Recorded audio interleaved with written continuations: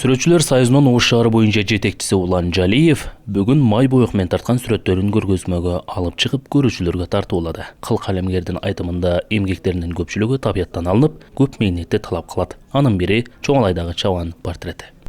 Эң түшүктүүсү мына киши болду. Азыр атын толук кыргыз деп коюпмун. Бул киши совет мезгилинде эле чабан болгон экен, өзү Гүлчөдөн болот экен. Азыр дагы ошол жерге үй бүлөсү менен барат экен. Колунда уже балдары бар, неберелери бар. А бул кишилер карасаң бетинин кызылдыгын уже шамалга күйгөндө кадимкидей отура берет, үскөлдөгүдөй эле отурушат. А биз шаардан баргандар кичине кыйналдык. Шамал, суу курак жайында.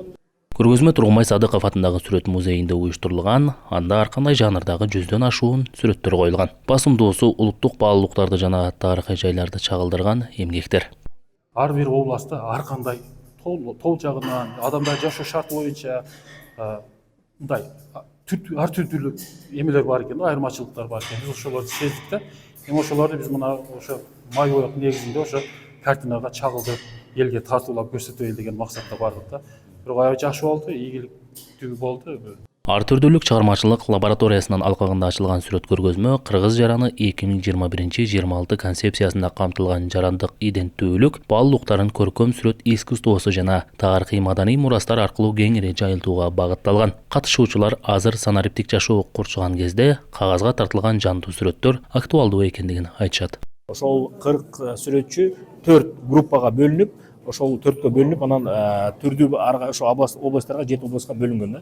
Ошондо мисалы бир сүрөтчү 3 областка барган, калгандары болсо 1 же 2ге бөлүнүп калган да. Ошон үчүн биз баягы кыска убакытта болуп калды. Анткени бир региондо, бир областта жүргөнгө бир мисалы 5 күн, 6 күн кетип калат да. Ошон үчүн баарын жетишүү максатында бул эми баягы башталгыч гана кадамдар болуп атат. Буюрса биз дагы башка сүрөтчүлөргө дагы башка дагы тематикалардан дагы тартуулайбыз деп ойлойм.